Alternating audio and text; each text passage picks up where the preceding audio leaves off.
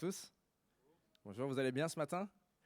On est heureux de se retrouver pour ce temps de culte, pour ce moment de célébration. On va partager un temps de chant. On aura l'occasion d'entendre la prédication aussi apportée par Stéphane Vautier dans un second temps. Alors qu'on va commencer ce culte, ce temps de louange, je voulais vous partager un verset que je pense une majorité d'entre vous connaissez. Il s'agit de Jérémie 29, 11. Vous connaissez, je ne me trompe pas? Oui. Ce verset, Jérémie 29, 11, nous dit « Car je connais les projets que j'ai formés sur vous, dit l'Éternel, projets de paix et non de malheur, afin de vous donner un avenir et de l'espérance. » Amen. Il y a le verset 12 aussi qui est intéressant, qu'on connaît un petit peu moins, qui nous dit « Vous m'invoquerez et vous partirez, vous me prierez et je vous exaucerai. » D'accord ? Et on est là ce matin pour invoquer encore le nom de notre Dieu. Il est celui qui entend nos prières, qui répond à nos prières. Il y a des journées qui sont plus ou moins faciles, il y a des moments de doute, des moments de fatigue, des moments parfois de dépression ou de conflit. Mais au-delà de ça, on dépose tous nos fardeaux aux pieds de notre Sauveur et notre Seigneur ce matin. On vient célébrer son nom, on vient invoquer son nom. Et je suis persuadé que pour chacun d'entre nous, il a une parole, il a une pensée, il a quelque chose de particulier pour chacun d'entre nous. C'est un rendez-vous encore ce matin qu'on vient avoir avec notre Dieu. Et alors qu'on est réunis ici tous ensemble, on va en profiter pour chanter, célébrer ce nom. On va d'ailleurs commencer par ce chant qui nous dit le nom du Seigneur. Je célébrerai le nom du Seigneur. On est ensemble ? Ouais. Je vous invite à vous lever alors qu'on prend ce chant, le nom du Seigneur. Je me réjouis dans le nom du Seigneur.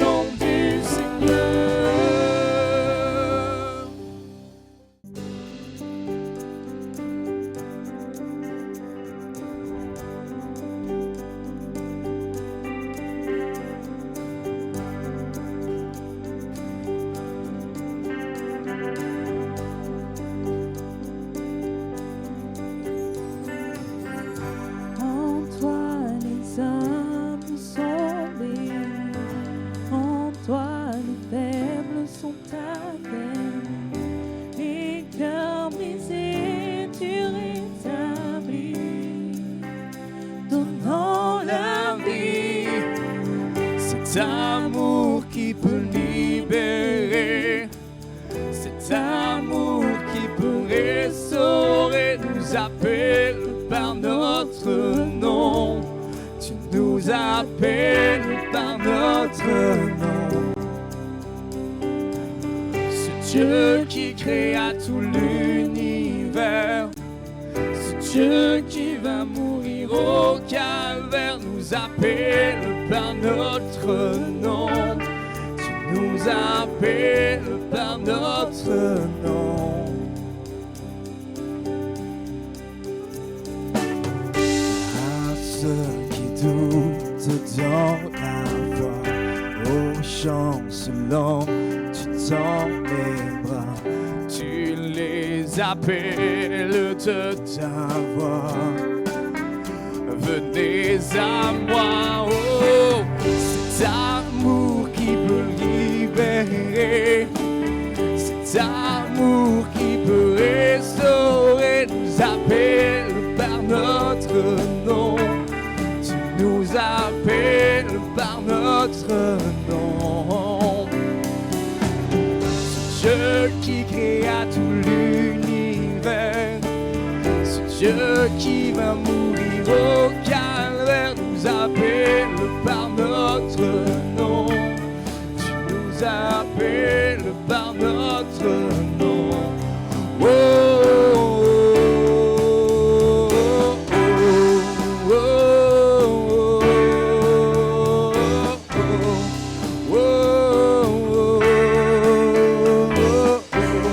oh, oh.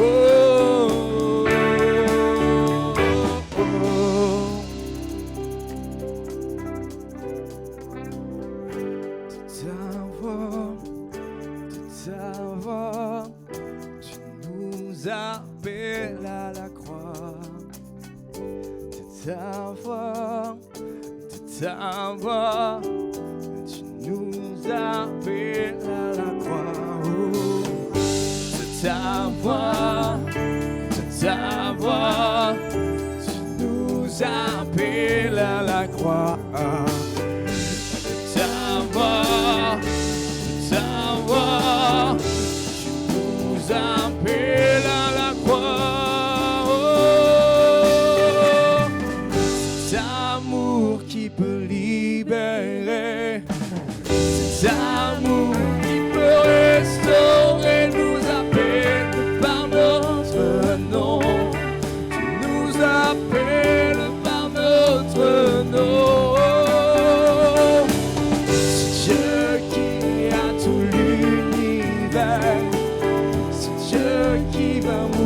Au calvaire, nous appelle par notre nom. Tu nous appelles par notre nom. Oh, oh, oh, oh, oh,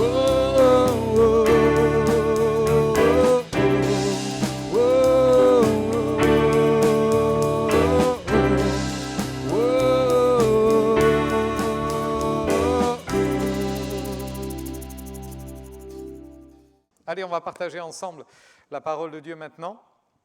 Et on va aller dans le livre des Actes des Apôtres lire un passage qui se trouve au chapitre 8. Et je vais vous lire du verset 5 au verset 24. On est dans les premiers temps de l'histoire de l'Église, vraiment les premiers temps de l'histoire de l'Église. Et on est émerveillé, franchement. On est émerveillé de voir ce qui s'est produit, ce qui s'est passé.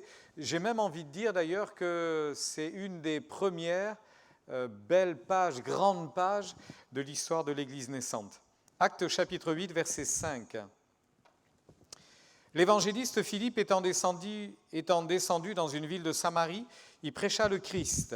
Les foules tout entières étaient attentives à ce que disait Philippe lorsqu'elles apprirent et virent les miracles qu'il faisait, car des esprits impurs sortirent de plusieurs démoniaques en poussant de grands cris, et beaucoup de paralytiques et de boiteux furent guéris, et il y eut une grande joie dans cette ville. Il y avait auparavant dans la ville un homme nommé Simon, qui, se donnant pour un personnage important, exerçait la magie et provoquait l'étonnement du peuple de la Samarie. Tous, depuis le plus petit jusqu'au plus grand, l'écoutait attentivement et disait « Celui-ci est la puissance de Dieu, celle qui s'appelle la grande ». Il l'écoutait attentivement parce qu'il les avait longtemps étonnés par ses actes de magie. Mais quand ils eurent cru à Philippe, qui leur annonçait la bonne nouvelle du royaume de Dieu et du nom de Jésus-Christ, hommes et femmes se firent baptiser. Simon lui-même crut, et après avoir été baptisé, il ne quittait plus Philippe, et il voyait avec étonnement les miracles et les grands prodiges qui s'opéraient. Les apôtres qui étaient à Jérusalem, ayant appris que la Samarie avait reçu la parole de Dieu, y envoyèrent Pierre et Jean. Ceux-ci, arrivés chez les Samaritains, prièrent pour eux, afin qu'ils reçoivent le Saint-Esprit, car il n'était encore descendu sur aucun d'eux. Ils avaient seulement été baptisés au nom du Seigneur Jésus. Alors Pierre et Jean leur imposèrent les mains, et ils reçurent le Saint-Esprit. Lorsque Simon vit que le Saint-Esprit était donné par l'imposition des mains des apôtres, il leur offrit de l'argent en disant « Accordez-moi ce pouvoir également, afin que celui à qui j'imposerai les mains reçoive le Saint-Esprit. » Mais Pierre lui dit « Que ton argent périsse avec toi, puisque tu as cru que le don de Dieu s'acquérait à prix d'argent. Il n'y a pour toi ni part ni lot dans cette affaire, car ton cœur n'est pas droit devant Dieu. Repens-toi donc de ta méchanceté et prie le Seigneur pour que la pensée de ton cœur te soit pardonnée s'il est possible. Car je vois que tu es dans un fiel amer et dans les liens de l'iniquité. » Simon répondit, priez vous-même le Seigneur pour moi, afin qu'il ne m'arrive rien de ce que vous m'avez dit. Après avoir rendu témoignage à la parole du Seigneur et l'avoir prêchée, Pierre et Jean retournèrent à Jérusalem en annonçant la bonne nouvelle dans plusieurs villages des Samaritains. Amen. J'ai voulu lire l'intégralité de ce passage parce que le personnage qui nous intéresse, c'est le fameux Simon, Simon le magicien.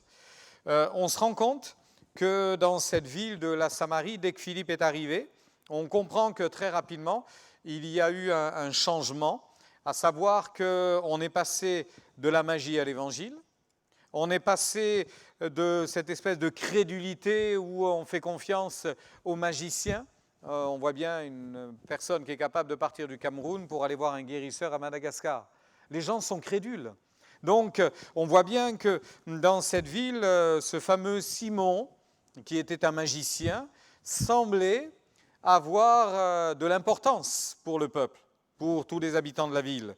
On s'aperçoit que longtemps, il les avait étonnés par ces actes de magie, mais quand l'évangile arrive, ça fait une sacrée différence. Donc on passe, j'insiste, de la magie à l'évangile et on va passer de l'étonnement à l'émerveillement. Il y a une différence entre l'étonnement et l'émerveillement.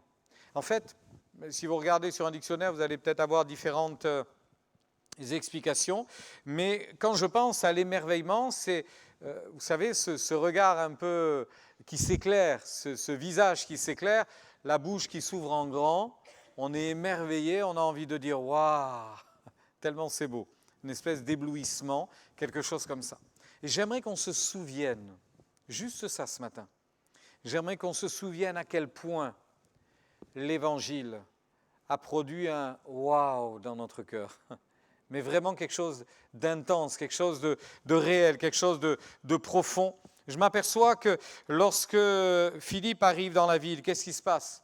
Il annonce l'Évangile, il y a des guérisons, il y a des délivrances, il y a des démons qui sont chassés, il y a une manifestation puissante de la gloire de Dieu. En fait, il s'est vraiment passé quelque chose d'incroyable.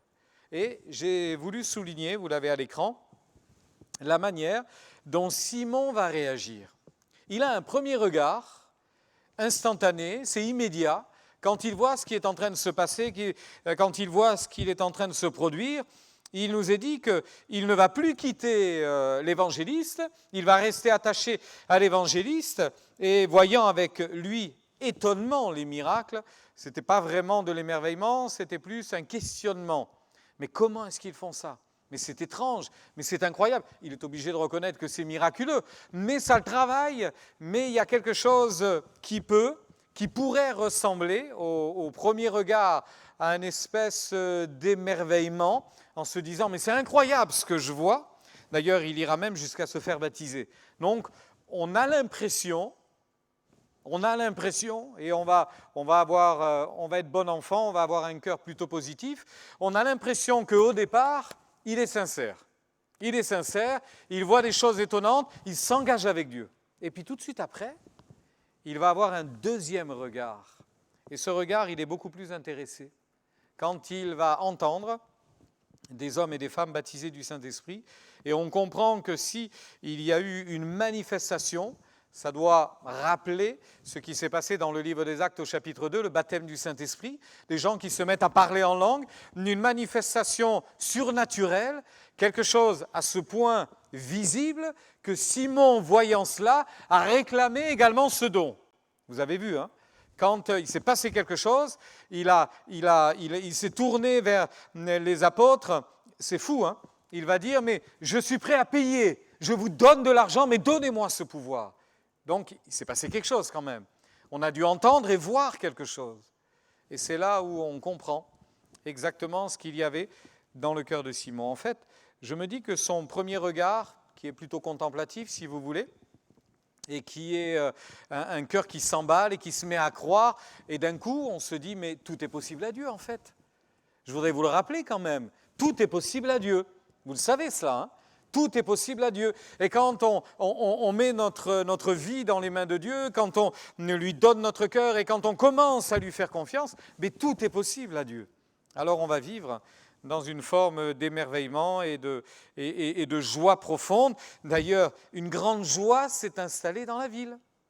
La joie, elle n'y était pas quand c'était Simon qui faisait abracadabra et qui faisait ses actes de magie. Il n'y avait pas une réelle joie, il y avait de l'étonnement. Peut-être même d'ailleurs une espèce de recherche plutôt diffuse en disant mais c'est incroyable la puissance qu'il possède. Cette puissance, c'est vraiment la grande puissance. Cette puissance, c'est la grande. Aussi grande qu'elle était, quand Philippe arrive en annonçant simplement l'évangile, quel bouleversement! Quel bouleversement! Parce qu'à partir de ce moment-là, eh bien, tout le monde et le peuple et toute la ville va se tourner vers l'évangéliste et va se tourner vers l'évangile, évidemment. Le premier regard, c'est un regard qui en dit long parce que Simon voit la gloire de Dieu. Et puis tout de suite après, il y voit un intérêt personnel. Tout de suite après, il va regarder sur ce qu'il peut en retirer comme profit. Et là, il voit la gloire que lui-même pourrait en tirer. Et c'est là où ça dérive en fait. C'est là où ça ne marche plus. C'est là où on fait un chemin inverse. Et c'est terrible parce que je crois que ce premier regard, quand il voit la gloire de Dieu autour de lui, ça va l'entraîner vers la vie en fait. Mais la manière dont il va réagir devant les apôtres venus de Jérusalem en voulant donner de l'argent, ça va l'entraîner vers la mort. Vous avez remarqué avec quelle rudesse, avec quelle fermeté, mais avec quelle intransigeance, Pierre va s'adresser à ce Simon en lui disant que ton argent périsse avec toi. Là, il n'y a pas de signal d'alerte, il n'y a pas première chance, deuxième chance, fais attention, réfléchis, tu as compris ce que tu as dit, là c'est direct. Hein. La condamnation, elle tombe, mais de façon directe. C'est pour vous montrer qu'il y avait un enjeu derrière tout cela, bien évidemment, et qu'on ne se moque pas, évidemment, de Dieu, et Dieu ne donnera jamais sa gloire à quelqu'un d'autre. Jamais, jamais, jamais, jamais. Si l'on donne notre vie à Dieu, c'est tout simplement parce qu'on a réalisé qu'on en avait ô combien besoin. Si l'on donne sa vie à Jésus-Christ et si l'on décide de marcher, de vivre pour lui, c'est pour que sa gloire se manifeste. Rien pour nous, tout pour lui en fait. Vraiment rien pour nous et vraiment tout pour lui. Dans une lettre, l'apôtre Paul va très bien expliquer ça dans une lettre qu'il envoie aux Éphésiens.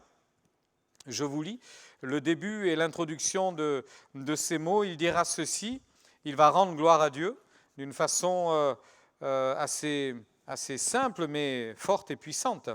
Il dira « Béni soit Dieu, le Père de notre Seigneur Jésus-Christ, parce qu'il nous a bénis de toutes sortes de bénédictions spirituelles dans les lieux célestes en Christ. » Et il poursuit en disant « Dieu nous a choisis avant la fondation du monde. On n'est pas là par hasard. Il y a le plan de Dieu, il y a la volonté de Dieu, la direction de Dieu. » Et il terminera par deux fois, il va le dire d'ailleurs, en expliquant que nous sommes devenus des enfants d'adoption par Jésus-Christ afin que nous servions à la louange de sa gloire. Dit autrement, dans un français un peu plus actuel, il nous a rachetés afin que nous célébrions sa gloire. C'est ça que ça veut dire. Il nous a sauvés, il vous a sauvés, afin que vous serviez votre temps, afin que vous le serviez et que vous passiez votre temps à tout faire pour le glorifier lui. En fait, ça lui revient toujours.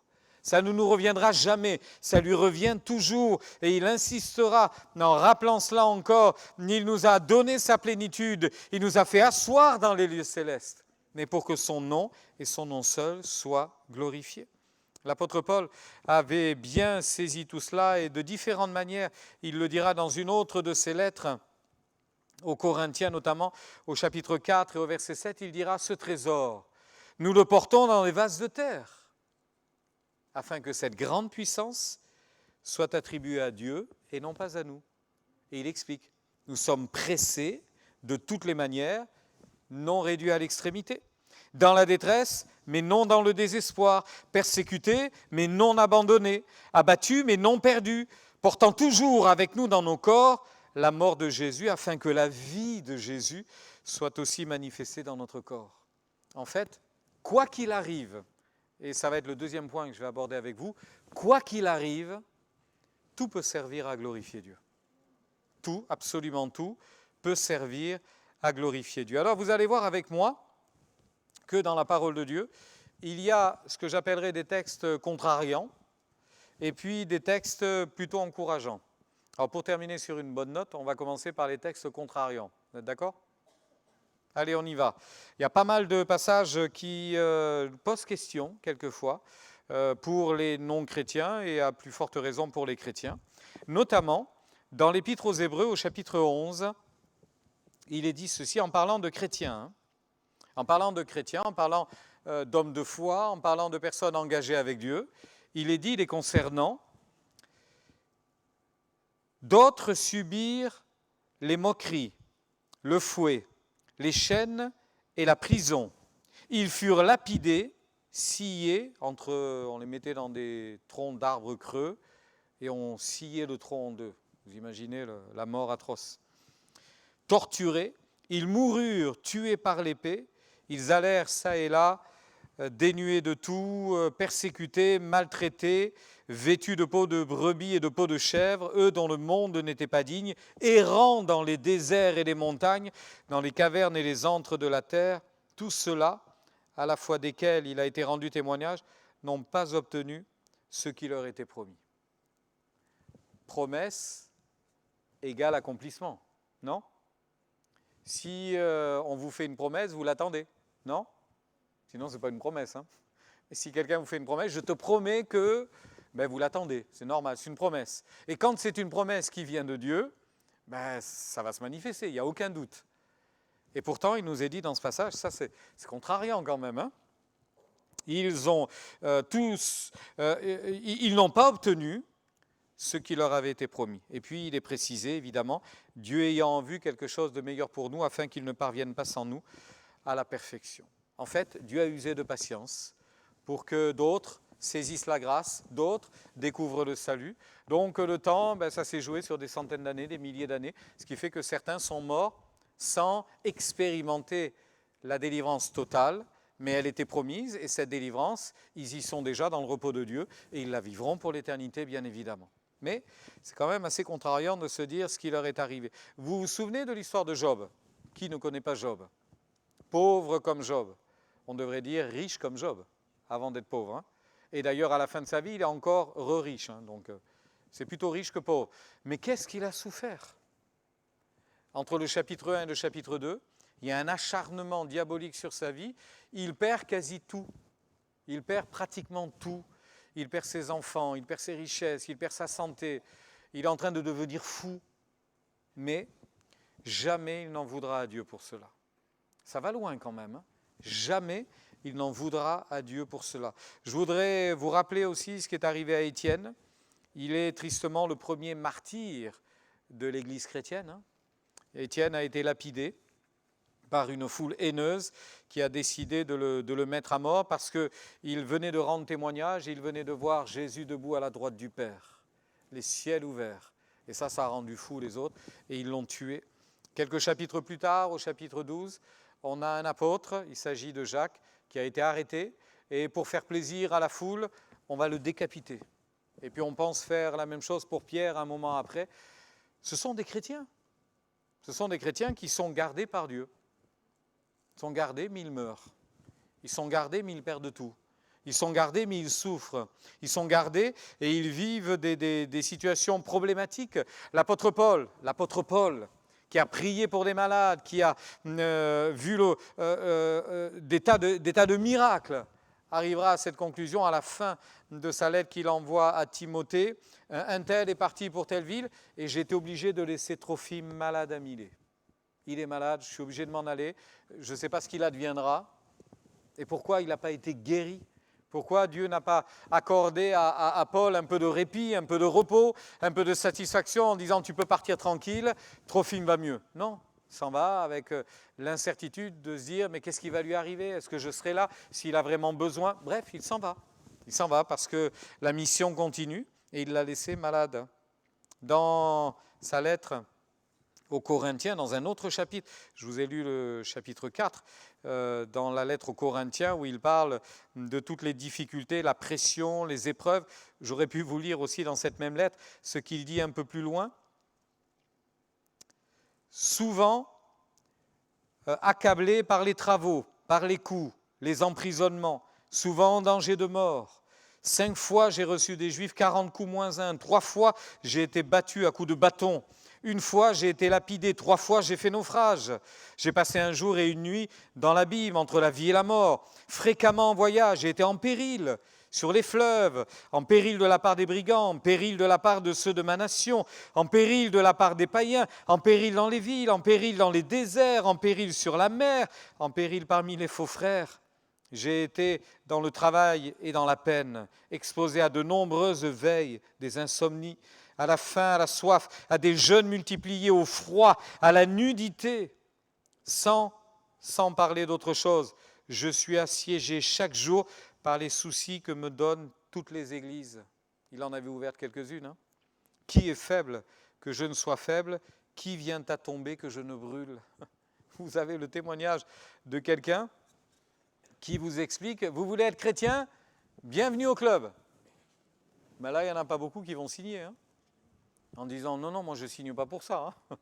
Moi, je veux bien être sauvé, je veux bien que ça aille bien, je veux bien aller mieux, je veux bien être débarrassé de mes tourments, mais si vous m'annoncez que ma vie, ça va être ça, ben, je préfère éviter, quoi. Je préfère éviter. C'est contrariant, non? À minima, c'est contrariant. Hein. Surtout, ne partez pas en courant, j'ai pas fini. Hein. Ça ne s'arrête pas là quand même. Il ne faut pas s'en aller. Non, ça ne s'arrête pas là. Mais la vérité, c'est ça quand même. En fait, si on est logique un instant, on va les plaindre, tous ces gens-là. On va les plaindre. Et tous ceux qui racontent leur peine et leur détresse, évidemment, on a envie de les plaindre et c'est normal, parce que notre cœur souffre en voyant cela. Mais la peur de souffrir, c'est quelque chose qui est naturel. C'est physique, c'est humain, et c'est complètement légitime. La perspective du martyr, j'en parle même pas, évidemment. On ne peut pas imaginer ça. On a encore reçu ces jours-ci à l'AEP des nouvelles qui nous viennent de l'Inde. Ça ne s'arrête jamais, jamais, jamais. Les tourments, et même les plus solides, les frères les plus solides, sont las. Prions qu'ils ne se découragent pas, parce que quand tous les jours on vous annonce que des gens ont été battus, des églises ont été brûlées, des gens ont été frappés à mort, et vous allez vers la police qui ne fait pas grand-chose, c'est désespérant. Et l'Inde, c'est un cas parmi bien d'autres. Donc c'est sûr que la perspective de la torture, mais c'est effrayant. C'est effrayant, on ne peut pas se dire chouette, vivement que ça arrive. C'est impossible.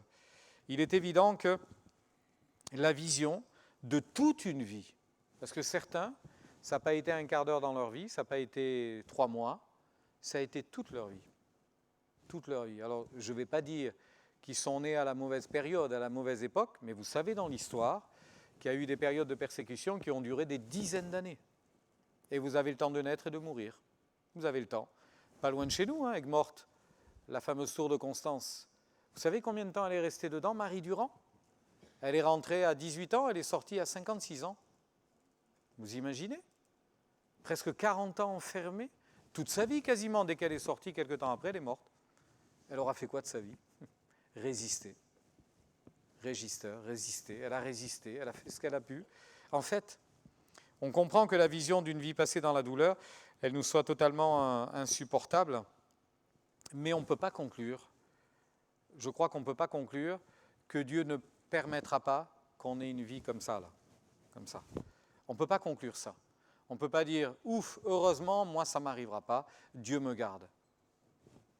Parce que, j'en viens au mot encourageant, pour vous faire sourire un petit peu quand même, dans la deuxième épître de Paul aux Corinthiens, c'est le texte que je vous ai lu, mais bon, je peux le relire encore.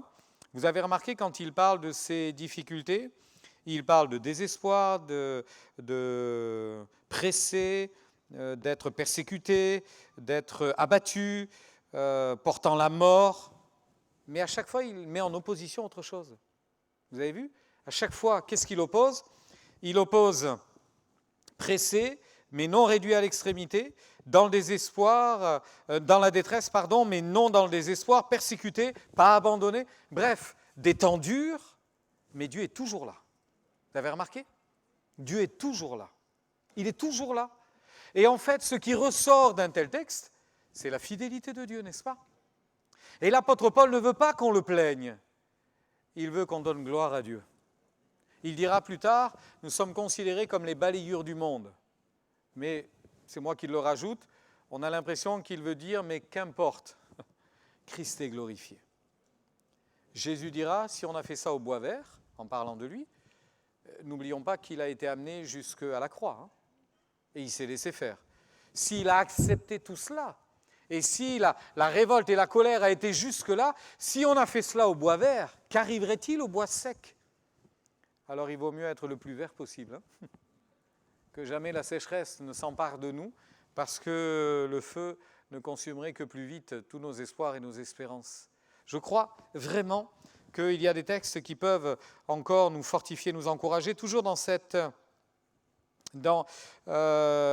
deuxième lettre aux Corinthiens. Je vous lis ceci au chapitre 6, il dit ceci: « Nous nous rendons à tous égards recommandables comme serviteurs de Dieu. » Comment?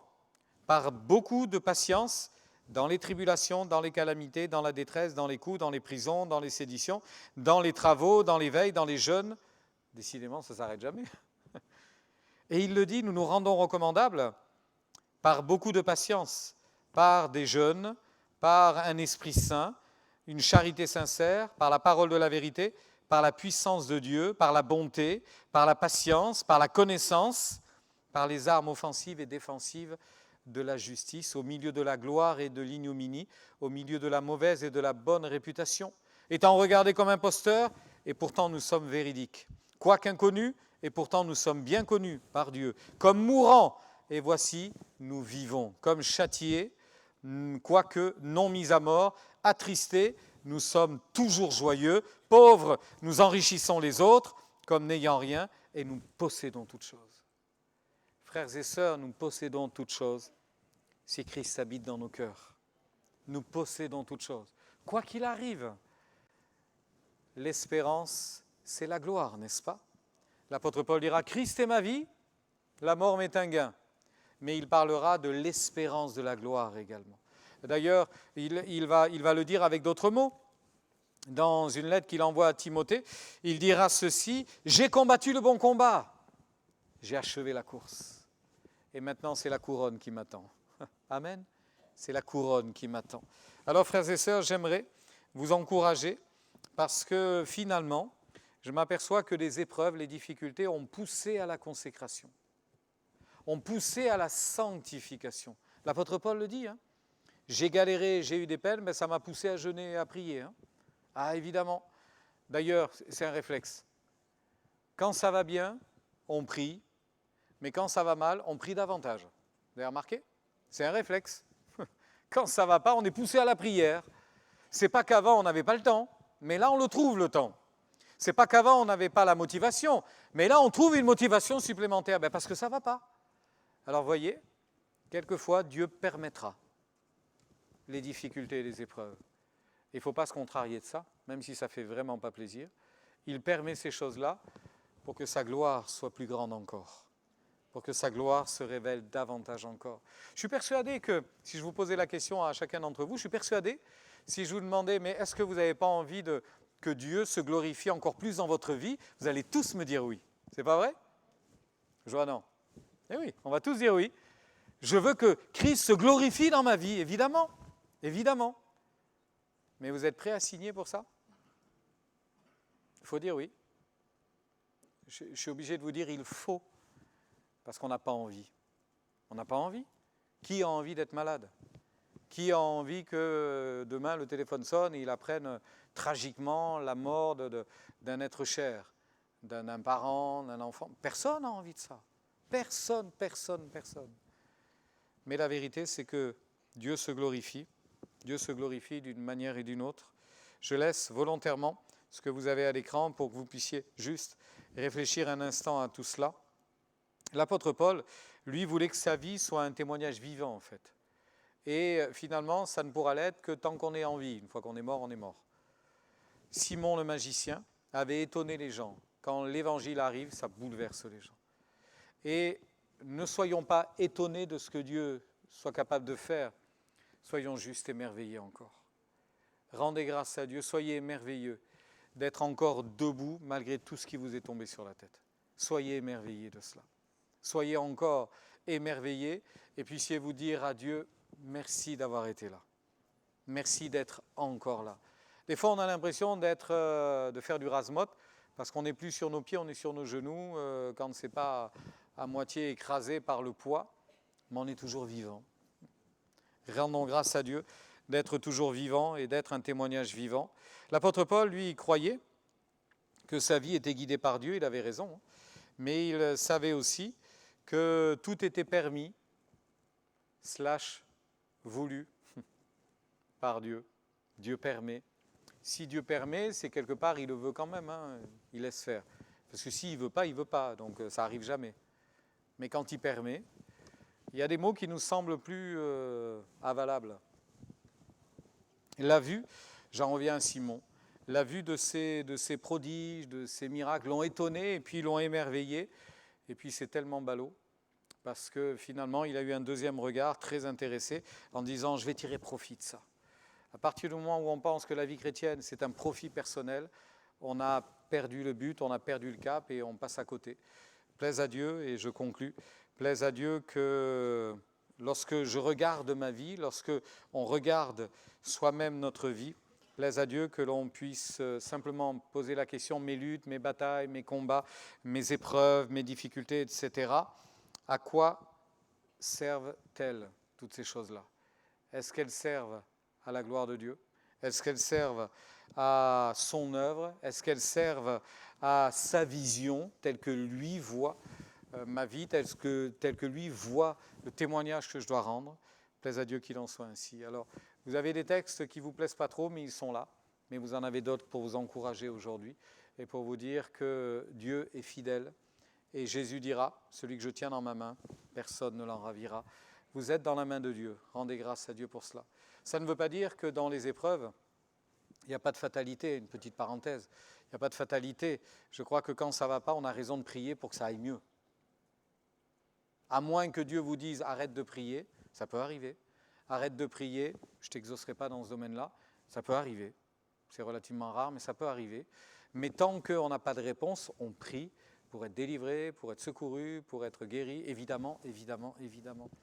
En tous les cas, quelles que soient les circonstances, vivez pour célébrer la gloire de Dieu. Amen. Vivez pour rendre gloire à Dieu. Dans les petites choses comme dans les grandes, Dieu va élever son nom. Amen. Je n'oublierai aucune de tes merveilles. Quand par l'exode, tu vas affranchir mon cœur. Tu m'as trouvé, libéré, ouvert la mer pour me délivrer. Oh Yahweh, Seigneur, tu combats pour moi. Dieu, la victoire est en toi. Alléluia, Alléluia. Tu as déchiré la mer et m'as guidé à travers. Alléluia, Alléluia. Oh.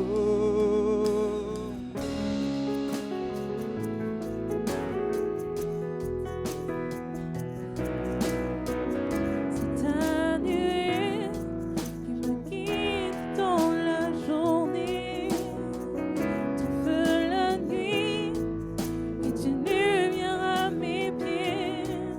Tu m'as trouvé, libéré, ouvert la mer pour me délivrer. Oh Yahweh, Seigneur, tu combats pour moi.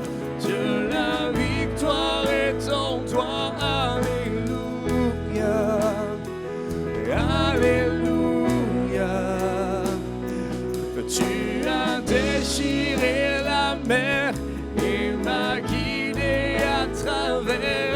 Alléluia, Alléluia. Seigneur, tu combats pour moi. Que la victoire est en toi. Alléluia, Alléluia. Tu as déchiré la mer et m'as guidé à travers. Alléluia, Alléluia. Oh, oh, oh.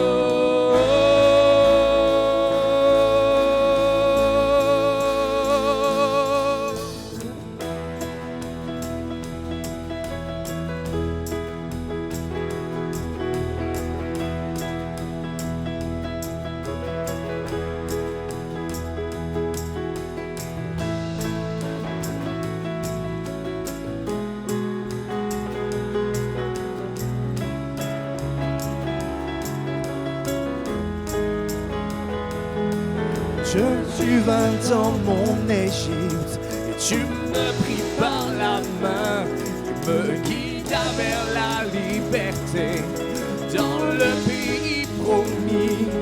Et jamais je ne t'oublierai, ton nom je chanterai, la mort à jamais emporté par l'ardeur de ton amour. Oh Dieu, tu vas dans mon Égypte et me pris par la main et me guida vers la liberté dans le pays promis. Et jamais je ne t'oublierai, ton nom je chanterai, la mort à jamais emporté par l'ardeur de ton amour.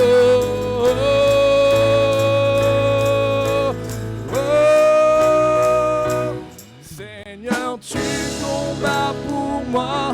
Dieu, la victoire est en toi. Alléluia, Alléluia. Tu as déchiré la mer et m'as guidé à travers. Alléluia, Alléluia. Encore une fois. Seigneur, tu combats pour moi. Dieu, la victoire est en toi.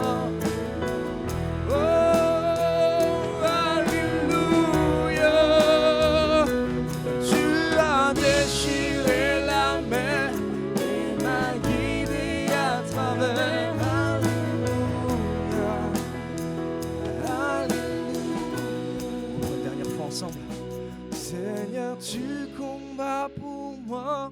Dieu, la victoire est en toi. Alléluia.